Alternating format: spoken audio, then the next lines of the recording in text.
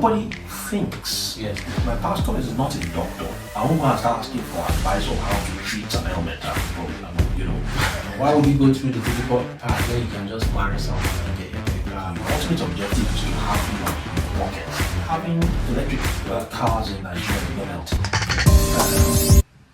Well, for me, having electric cars in Nigeria is novelty. Yeah. For me, it's nothing short of novelty. I don't understand. You say it's cheaper to run because petrol is expensive.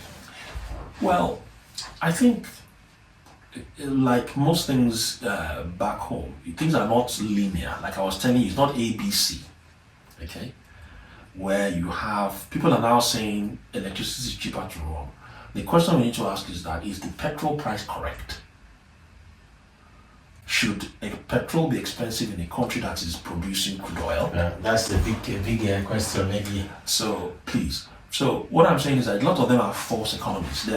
So those comparisons are not really, you know, they are symptoms of the problem. All right. But what I'm saying, going back to your diaspora angle. Yes, there's a lot of potential, but diaspora is very hesitant. Yeah. And they're correct. Credibility of leadership. The diaspora is very, very sophisticated. They look into a system and say there's so many things missing, there's so many things missing. But that's my problem. I keep asking the question. You don't trust the system. Yeah. You don't trust the government, but you're sending, like you said before, sometimes 60%, 40% of their income to, but it's not bringing anything. It's not productive.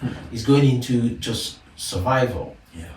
Whereas if they can find a way to have that trust, like you suggested, maybe train people or something like that, they might be able to use the same 60%, not just set up something that will help those people fend for themselves. So you settle them one time, but actually you may now start getting a return. Say you set up your business. So that's the question. You know, how would they be able to move on from this mindset of helping people to survive? One body, Akin is a member of our family, is in London. I need to have a car. He needs to send me money. I need to, that kind of stuff. Into Akin is in London. He can help me set up myself. And I need to, make sure I do what I need to do. Otherwise, it stops coming. Correct. How can that change, that transformation? What would you advise people in diaspora to do? The education system needs to change. It's tough because the diaspora. But they can't change it from here. You can't. You have to go. Yes, you have to put foot on the ground, have the right kind of collaboration. Now, I am not saying that you don't have good people, of course, on ground. I'm not saying that we don't have the right kind, but in my experience, it's quite difficult to track down the right quality of people. Because there are few and far between in my experience. Right. Two, the system is so deeply skewed in the way it behaves. To get to move from A to B, it's a challenge. In what way, roads or? Both roads as well as processes. You want to move. You want to request a permit for anything. Paperwork for your land. You buy land to get paper for it. To get C of O is like gold. Standard title for land is instant here. 1799 or whatever. They charge for land, property. That for you to even see, and I don't think most people have actually seen what a C of O looks like in Nigeria. A C of O title for land. So you, and one of the key things is that once you don't have title to land, effective title to land, you're already economically behind. Because you can't raise funds effectively. There's another problem, and I thought I'll chip in with you. You might have a say on this one. A lot of diaspora Africans who come here, they have challenges with documents, because many of them come as students or something like that. Is there mistakes that you think people should avoid, that have legal implications or other issues when they are pursuing their papers? Is there ways that people pursue it that is wrong and they need to avoid? So the difficulty you have is that the immigration system is designed specifically to limit the amount of people that come into a country. So by default, it's designed. These policies are designed to make it difficult for us. Yes. Okay. So, getting visa, which is a gateway barrier, major barrier, is always seen to be almost like a lottery. Okay. Now, the mistakes a lot of our people make is not really accessing the right kind of advice early on. Okay. Typical example: you come in for 6 months visa, tourist, I don't know, tourist visa also, or you're not allowed to work, your student visa or something, you come in. And your intention is obviously maybe not to go back or things like that. At that point, I would strongly advise that, yes, the challenge you have is the two sides. One, you don't have funds to pay for effective legal, but there's a lot of legal advice you can get through councils, citizen advice, to begin to help you to understand the system. Yes. So begin to look for advice. Options, to say, legally, it's not easy. I know it's not easy. But why would you go through the difficult part when you can just marry someone and get your paper, or maybe, I don't know, just find one way or the other and just sneak in and stay? Well, it's risky. It's risky. One, yes, people do it, but the difficulty you have is that it's the knock on your life. There's too many, it's difficult. That's why I'm saying the policy is very, very difficult. Yeah. One is risky because that's fraudulent kind of activities. Two, you potentially might have children in that arrangement. That is not a short-term solution. Okay. Yeah. So you now have children in that arrangement, and then you are leaving as well. After a while, you go. So therefore, who carries the can? Those children. It's not a. You have to start paying people money for transactions. It's tough. It's tough. I understand that people have to go down that route. But what I'm saying is that there's a price to pay. Yeah, it is always. And it's not just.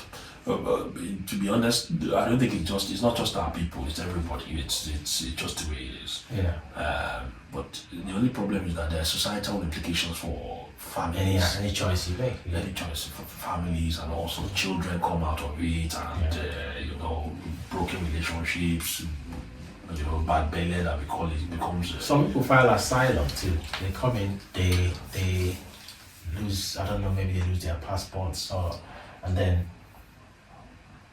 act like they don't have anywhere to go, and then look for asylum.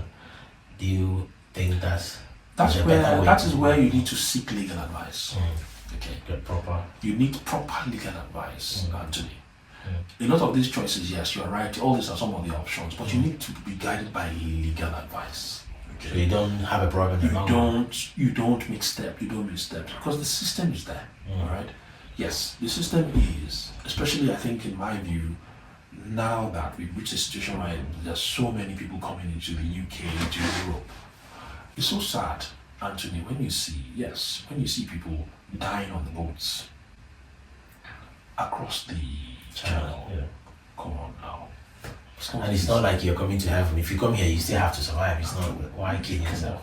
So, but it's, as immigrants, we're both immigrants, come on. But when you look at that, it's very sad because you know that, man, must be a better way to do this thing.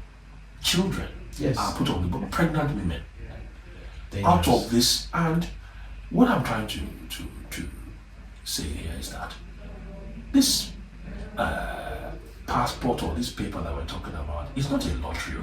No. So that it comes on your hand now, everything's now fine. It's just starting. So I think this kind of conversation needs to be had at the roots, right from Africa. Come. Enlightenment. Over here, this is how it works, this is how it works, education is this way. And also I think a lot of mistakes that people make is this. In Africa, most African countries, we're taught that you have to go to school. Yes. You have to be prim and proper. You have to go for professional jobs. So you're accountants, engineers, doctor, sciences, and also scientists and all sorts of items. When you come to the country like this, or Germany, or Holland, Europe, you then begin to find out that those people who are doing vocational qualifications, technical skills, builders, carpenters, joiners, security, locksmiths, boots, people that do shoes, craftsmen, yes, extremely well to do. Yeah, they're doing well. Building proper businesses, they have processes, they have pedigree. Some of them go back generations of workmanship, wristwatch. Yes. These are extremely wealthy trades. Security alarm installers, painters and decorators. So if you think craftsman, obviously in Africa we believe a degree. That's just true. Lawyer. The reason why we believe a lot of the reason why what I'm saying, my point is this, Anthony, is that a lot of this for us, a lot of us is a route to access to funds. In very simple terms, it's a function of I want to be comfortable in life. I have to read, I have to do this, I have to do this. If that is really where you're going, your ultimate objective is to have money in your pocket. That is not the only route, my point. Okay, that's better. If that is the route, but you know what? It's about money. Yeah. It's about I want a reward, I want to be able to take care of my family, I want to be comfortable, and it's about money. Fine. Our people need to understand, especially in a society like this, that there's always a demand for vocational, and there's a lot of demand for it. Whereas their mindset is, let's go and get a degree. Most people, so that's why they come in, they spend the money that you're supposed to use to set up a trading business to go and pay for masters. 20,000. Yes, £20,000, or I don't know, 30,000 pounds, depending on the school you go to go and do something. That money, if you had sat down, gone and pay somebody £5,000, yes, to become apprentice. You learn. In fact, most of these schemes are free now. Yes. Become an apprentice. Yeah. It's even free. So you don't even need to pay anybody. It's free. You go and become an apprentice. 3-4 years of apprenticeship in any proper trade. Set up. Nobody thinks. Yes, how they can grow on that. So, and it's a major opportunity that is lost with our people. Yes. Where they come in, I must work in the bank. Yes. I must. Now, I hold my hand up. I went through all that. I went through the system. I worked in all these organizations. Yes. But I did not. Nobody told me. Yes. That there are two routes. So yeah. You can, if you have money for masters, there's another opportunity. Yeah. You want to set up your own company and start running security installation company. Yeah. Do you want a company that is even roofs? So what I'm hearing from you, in the summary now, what 3 advice would you give people who come from Africa, who are new to Europe? 3 things that you could have done differently that you think they should do when they arrive, that way they are more closer to success than failure. Number 1 is understand the value of credit. Okay, credit number 1. In this society. So ask for advice, speak to the bank. This advice is free. Go into a bank and ask them what does credit mean? Yeah. Go to business, center, whatever. Ask what does credit really mean? This credit you people are talking about. So credit card, loan, buy one now, pay later. I want to buy a TV. They want to pay. They want to buy a TV. I'm paying 12 months. What does that mean to me in the long run? Yeah. Okay, 1. So that I begin to know how to manage my money. Yes. Okay. Because I want my credit to be clean. Yeah. 2. Have a plan for where you are going. Clear plan. Yeah. Okay. Yeah. Now that plan is not just your own plan. It's a plan that you need to build yourself, and then you begin to constantly change that plan by asking for. I'll get mentors. Yes. Okay, mentors, people that can advise you on the system. They've been here for a while, but take note. Yes. Just because you have been in a system for a long time, it doesn't mean that there's wisdom. So please, open your eye. Ask people and then choose the one that you think might be able Just because something is flashy doesn't mean it's it's probably the person that is very unassuming that might be the wisest. Yes. So get mentors that will mentor you, and it doesn't necessarily have to be a pastor. Please. Yes. Is there any reason why you said that? Please. Yeah. Okay, because our people by nature tend to gravitate. There's nothing wrong with pastors or I'm a Christian, but it depends on. It's not about the pastor, it's about where you are going, your expertise. All right. If my pastor is not a doctor, I won't go and start asking for advice on how to treat an ailment. If my pastor is not somebody who understands taxes, tax advice, a tax expert, I won't go and start asking them for the current tax rates and how to ensure that things are done properly. So I'm sorry, I've given you so many examples. I like that. I love it. And then the last one. You were going to say? I think the last one, because you mentioned something about legal staying on the right path because of the long term. Yes, credits. Understand credits. Then we spoke about having a mentor, a plan. Yeah. I think the third one is going to be a bit controversial. Mm-hmm. Okay. If you want to succeed, and you're very aggressive with yourself. So young man, young woman comes in, I don't know, you are 19, 20, and you say to yourself, you know what, in 5 years, I have to hit these targets. And it's very substantial, ambitious. Mm-hmm. You go quiet. That's the best thing that I believe. Nobody knows where you are. Nobody asks you for money. What about people back home that put pressure on you? No. You say no? They can't find you. I like this one. Interesting. No, they can't find you. Because just imagine for a second, worst case scenario, you come in, you get yourself into trouble and you're in jail for 5 years. Yeah. That's an extreme example. Yes. Who's going to be asking you for anything? Exactly. So what I'm saying is this, that sometimes you need to be left alone to grow.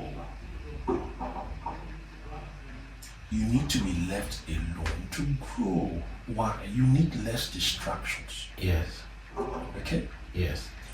And it's very funny because you then find out that by the time you come back, those people that you think won't survive, they're all there, everybody's in an art. Wow, Aki, this is absolutely insightful. There's a lot of punchy information we've gotten from you today. I cannot thank you enough. It looks like it's simple, but a lot of the things you have said, it's not common knowledge. So we really, really thank you. And I hope listeners out there, you can see there's a lot that we can do differently. As the show name goes, is Africa by Africans. We're lucky to have Akin on the show today, and who has shared a lot of insights. Some of them are his own mistakes, where he has learned and still, regardless of those mistakes, succeeded and gotten to very great heights and leadership roles and strategic roles in public and private sector. So if you want to learn more about this, we'll post this on all social platforms. Reach out. If you want any one-to-one with Akin, drop a line on the comment. He may be able to answer your questions, any further questions you want. And don't forget, subscribe so that you see more of our videos coming in the future. Give us a like and share this with other people you think that would need the valuable information that Akin has shared today. Thank you again, Akin, for coming to the show. It's absolutely lovely to have you. A lot of insightful stuff, and really appreciate it. Thank you. Thank you very much.